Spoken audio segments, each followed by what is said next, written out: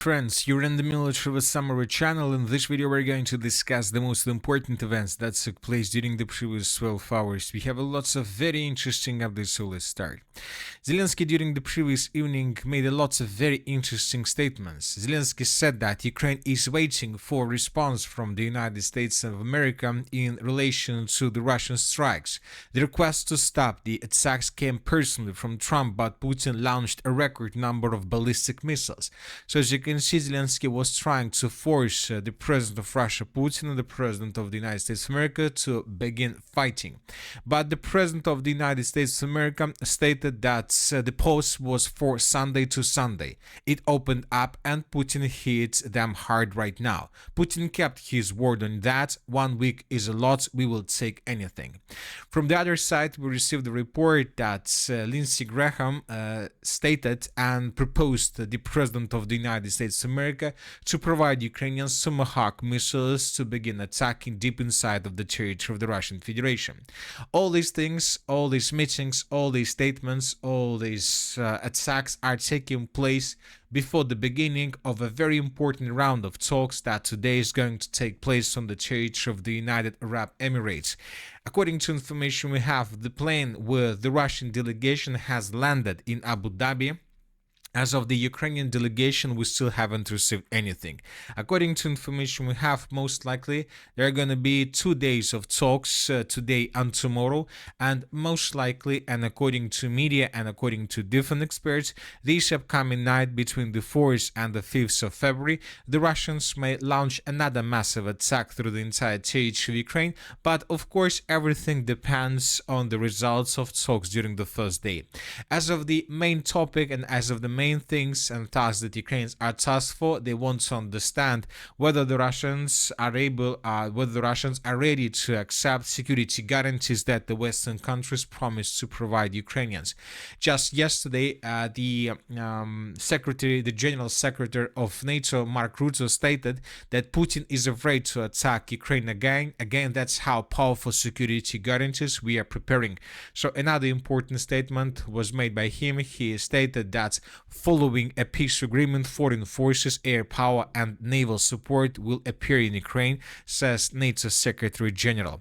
Most likely, the Russians will not accept these security guarantees, and the Russians will continue bombing and attacking the territory of Ukraine until Ukraine accepts demands of the Russian side.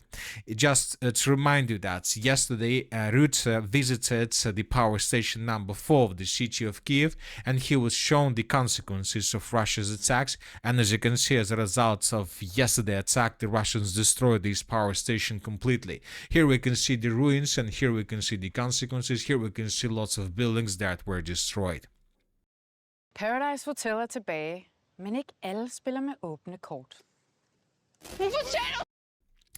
As for the previous night, according to pro-Ukrainian sources, the Russians launched 105 drones to attack the territory of Ukraine, and the Ukrainians reported that they managed to bring down 88 drones. At the same time, the sources reported that Ukraine attacked the territory of the Russian Federation as well, and the Ukrainians were attacking the city of Belgorod. So this is the video that was published from the city of Belgorod, and here we can see the moments when the Ukrainians attacked the power station of the city, and right after the Ukrainians attacked the Belgorod power station, we can see a blackout occurred.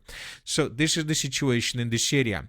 During the previous nights, lots of reports were received from the city. The Ukrainian armed forces launched a missile strike on Belgorod, causing serious damage to an infrastructure facility in the region.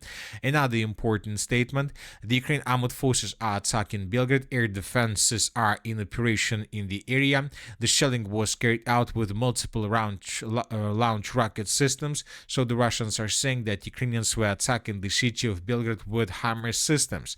And this is a very important thing, because during the previous evening, the Russians raised a lot of MiG-31 aircrafts with Kinzhal hypersonic missiles, most likely just with one purpose: to track and to hunt HIMARS systems of the armed forces of Ukraine. And during the previous night, we received this video. And here we can see this video was geolocated. This is the exact point of where exactly the Russians attacked this vehicle. According to this video, the Russians managed to discover the HIMARS system of the armored force of Ukraine to the east of the city of Kharkiv, right to the south of the city of Belgorod. Most likely, the Ukrainians were attacking the city of Belgorod from these positions, and when the Russians discovered this HIMARS system, the Russians attacked this territory with Iskander missiles, and the HIMARS system of the armored forces of Ukraine was completely destroyed. So this is the situation. Anyway, let's wait and see what is going to be next.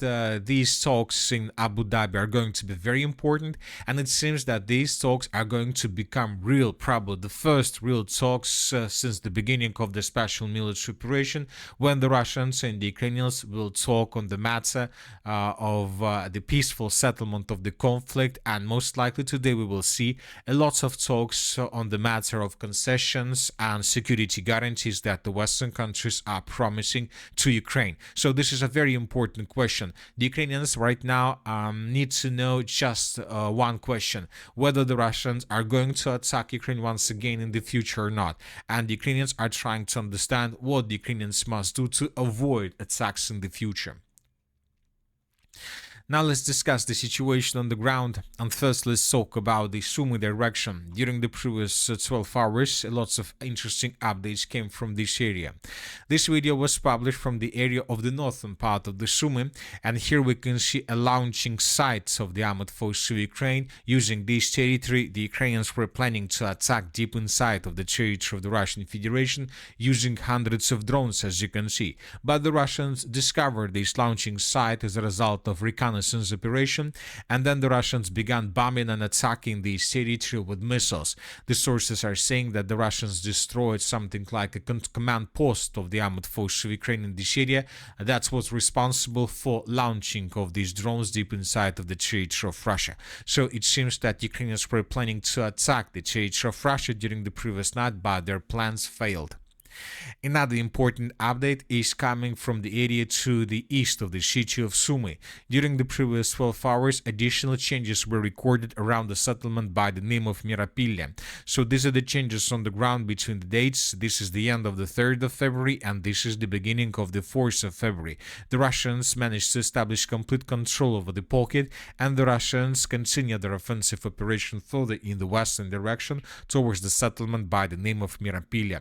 So we see that the Russian Sumy offensive operation is gaining momentum, and the Russians are getting closer and closer, and it seems that the city of Sumy is something that the Russians are tasked for 2026 if the special military operation, if the conflict in Ukraine doesn't end, let's say, during late winter or early spring of 2026.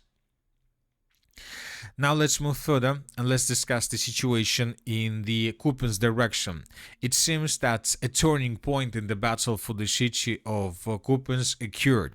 It seems that the Russians managed to regroup themselves, and now the Russians are launching their major offensive operation with the purpose to establish complete control over the eastern bank of the river Oskol. This information was confirmed by different sources, including pro-Ukrainian sources and pro-Russian sources and neutral mappers. Most of them are telling us just about one thing, that the Russians are trying to establish complete control over the pockets to the east of the settlement of Kovsharovka. So now the Russians are trying to establish complete control over the territory, and according to information we have, currently the Russians are fighting for this dense network of the fortifications which is located to the east of the city of Kovsharovka. We have FPV drone attacks in this area carried out by Russians. Here we can see how the Russians were attacking positions of the armored forces of Ukraine in this area. The Russians are trying to shorten the distance to the settlement of Kovsharovka from the east by taking on the complete control of this territory. So let's wait and see what is going to be next, but now it seems that before May or even before April of 2026 the Russians will finish the battle for the eastern bank of the river Oskol.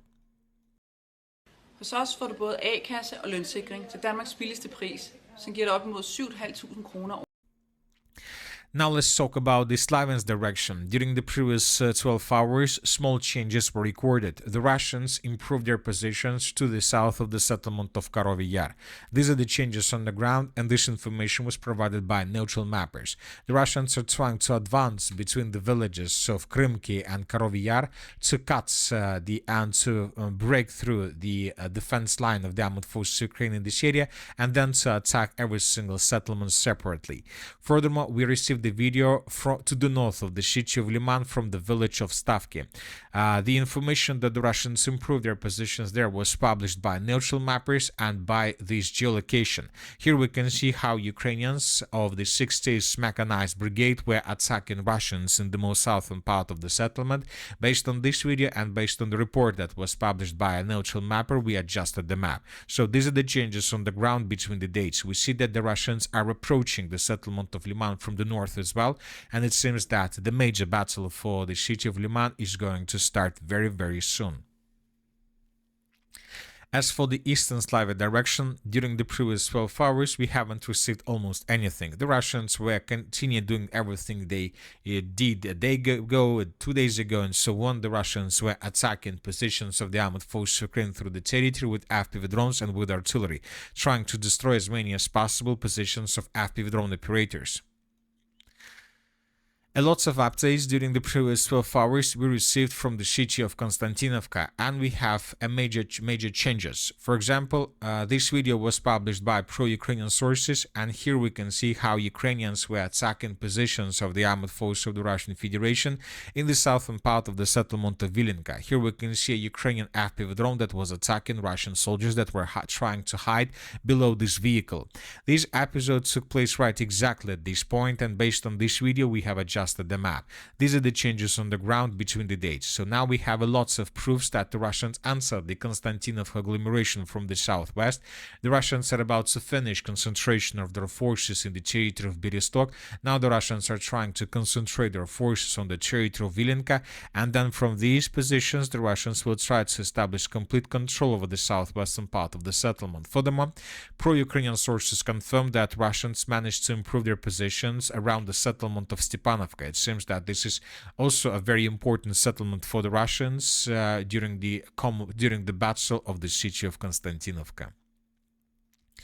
Now let's move further and let's talk about the Dobropolye direction. A very interesting video was published from the most southern part of the city of Pokrovsk. Here we can see that the Russians, as a result of offensive operation, managed to capture the Bradley armored vehicle of the armored forces of Ukraine, and the Russians using this vehicle were riding in the most southern part of the settlement. A bit further to the northwest, the Russians improved their positions around the settlement of Grishina. Basically, the entire southern and the southeastern parts of the settlement were captured by the armored forces of the Russian Federation as a result of offensive operation. Now the Russians are trying to concentrate their forces in the southeastern part with the purpose to advance further in the northwestern direction, with the purpose to establish complete control first over the central part of the settlement of Grishina, and then to establish complete control over the northwestern part of the settlement as well. So the battle for the settlement of Grishina is ongoing, and the Russians are keeping advancing. As for the Zaporozhye direction, during the previous 12 hours we haven't received anything special. Furthermore, during the previous 12 hours, according to information we have, the Russians were attacking the city of Odessa. Lots of explosions were recorded, the sources reported, and the local media reports that the Russians were attacking objects of energy infrastructure. So as of the morning of the 4th of February, we haven't received anything that can confirm the damage that the Russians managed to deal. But anyway, we expect that in coming 24-48 hours, the Ukrainians may try to attack positions, ships, vessels of the Russian Federation in the Black Sea and along the shore in the southern parts of Russia. But another important thing, during the previous days we received the very interesting updates on the matter of vessels and tankers that are moving through the Black Sea. The sources reported that some Russian and Russian-linked tankers are now sailing very close to Turkey's Black Sea coast to avoid Ukrainian Navy drone strikes in open waters. So the Russians changed their tactics. When talking about, let's say, the situation a month ago, the Russians were moving in the direction of, let's say, Turkey territory through the Black Sea using, let's say, these roads. But starting on the February of 2026, the Russians are trying to move along the coast with the purpose to stick as close as possible to the territorial waters of Turkey. And if they see or discover drones that are trying to attack them, the Russians can easily enter the territorial water of Turkey and to avoid strikes from the Ukrainian side. So this is a new tactics that the Russians began using recently. And that's it for the short video. Military Summary channel reminds to condemn any violence in the world. Thank you for watching. Subscribe to my channel, put your likes, join my Patreon, and have a good day. Bye bye.